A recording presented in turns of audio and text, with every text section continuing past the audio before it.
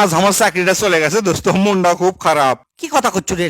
তোর চাকরি চলে যাবে আমার তো বিশ্বাসই হচ্ছে না। তুই তো সকাল থেকে রাত পর্যন্ত খালি গাদার খাটনি খাটিস রে। তোকে আবার চাকরি থেকে বাদ দিল কৃষক? তা তো সঠিক জানি না দোস্ত, কোনো কথা নাই বার্তা নাই, বিনা নোটিশে আমাকে আউট করে দিছে। তোকের কোম্পানির কি আছে আমি ভালো করে কই শোনে। এরা পিঁপড়া বুঝছো, এরা কোম্পানির চাকরি করে, সারা দিন কাজ করে সকাল থেকে রাত পর্যন্ত, কোনো প্রকার বিশ্রাম নেয় না। দুপুরে যে খাবি, এই খাওয়ার মনে করে 5 মিনিট, তারপর আবার কাম শুরু করে দেয়। এক কথায় ওই কাম ছাড়া কোনো কিছু বোঝে না। আর ইনকা কামের জন্যই কোম্পানি সেই লাভবান হয়ে যায়, প্রচুর সেল এনে দেয় এই পিঁপড়া। এই কোম্পানির সিও হচ্ছে আবার একটা বাঘ। কোম্পানির এত উন্নতি দেখে এই বাঘ এখন চিন্তা করছে এই পিঁপড়া এত কাম করে লিজে লিজে, তাহলে এর যদি আমি একটা বস নিয়োগ দেই তাহলে আরো কাম করবি। বস খালি টাকাটা দিবি, আরো কাম করবি, আর আমার কোম্পানির আরো উন্নতি হবে। যেই চিন্তা সেই কাম। একটা তেলাপোকা করলো কি, এই পিঁপড়ার বস বানালো। এই তেলাপোকা কয়া দিল এই পিঁপড়া কেঙ্কা করে কি কাজ করবি, কোনটি যাবি, কখন যাবি, এরা সবকিছু নির্দেশনা দেওয়ার জন্য সব কয়া দিল। এই তেলাপোকার আবার ভালো অভিজ্ঞতা আছে দেখে পিঁপড়া কখন কি করিচ্ছে, কোন জায়গায় কি কাম করিচ্ছে, এগুলো সব রিপোর্ট আবার বাঘের কাছে ঠিক মতো পেশ করে।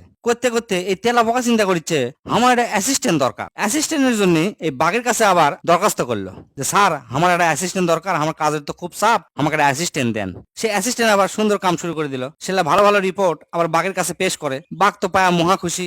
বোর্ড মিটিং এই বাঘ আবার এই রিপোর্ট গুলা সুন্দরভাবে প্রেজেন্টেশন করলো। কয়দিন পর বাঘ আবার চিন্তা করছে আমার একটা কম্পিউটার দরকার। একটা কম্পিউটার তো হয় না, 10-12টা কম্পিউটার নিয়ে একটা আইটি সেকশন শুরু করলো। এই আইটি সেকশনে হেড আবার দিল ম্যাসিক। ম্যাসি আবার এই আইটি সেকশন দেখাশোনা শুরু করলো, কি কি প্রিন্ট করা লাগবে, কি রিপোর্ট তৈরি করা লাগবে, সবকিছু ম্যাসি দেখাশোনা করে। এদিকে পিঁপড়া তো মাঠ কর্মী, বাইরে বাইরে কাজ করে। আগে কোনো বস আসলো না, কিছু আসলো না, সারাদিন কাজ করেছিল আর একবার ডাইরেক্ট রিপোর্ট জমা দিচ্ছিল বাঘের কাছে। আর এখন হচ্ছে কি, 4 দিন কাম করে, 3 দিন মিটিং, 2 দিন সারাদিন পেপার রেডি করা লাগে। এই করতে করতে ওর কামের কাম সারা, কাম তো ঠিক মতো করাই পারিচ্ছে না। লাস্টে চরম বিরক্ত হয়ে গেল পিঁপড়া। কিছুদিন পর বাঘ চিন্তা করলো পিঁপড়া যে সেক্টরে কাজ করে এই সেক্টরটা আলাদা করে দিবি, অর্থাৎ মার্কেটিং সেক্টরটা আলাদা করে দিবি। আলাদা করে দিয়ে সেই মার্কেটিং এর হেড বানালো হচ্ছে ভাল্লুক। সেই ভাল্লুক আবার ডিপার্টমেন্ট আলাদা করে তার একটা আলাদা অফিস, আলাদা এসি, আলাদা চাকর বাকর পিয়ন নিয়ে ওই অফিস শুরু করে দিল। কিছুদিন পরে ভাল্লুক করলো কি, ওটা অ্যাসিস্ট্যান্ট নিয়োগ দিল। সেই নিয়োগকৃত অ্যাসিস্ট্যান্ট আবার এই ভাল্লুক আগের যে কোম্পানির চাকরি করেছিল সে থেকে ওই অ্যাসিস্ট্যান্ট নিয়োগ নিয়ে আসে চাকরি দিল। এদিকে পিঁপড়া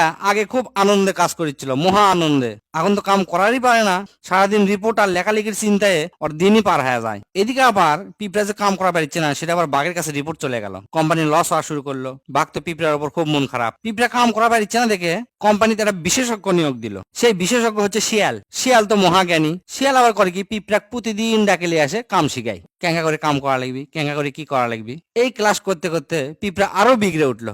কোম্পানির অধপতন থেকে বাঘের তো মাথা ঘুরে উঠলো। কোম্পানির ভালোর জন্য একটা উপদেষ্টা নিয়োগ দিল।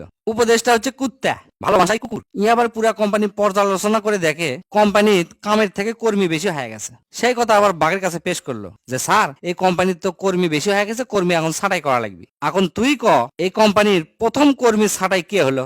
তুই কি খবর চাচ্ছ আমি বুঝছি দোস্ত, প্রথমেই ওই দুর্ভাগা পিঁপড়াটা ছাটাই পড়ে গেল। হ্যাঁ, তুই সঠিক জিনিস বুঝতে পারছো। আর সেই পিঁপড়াই হচ্ছে তুই।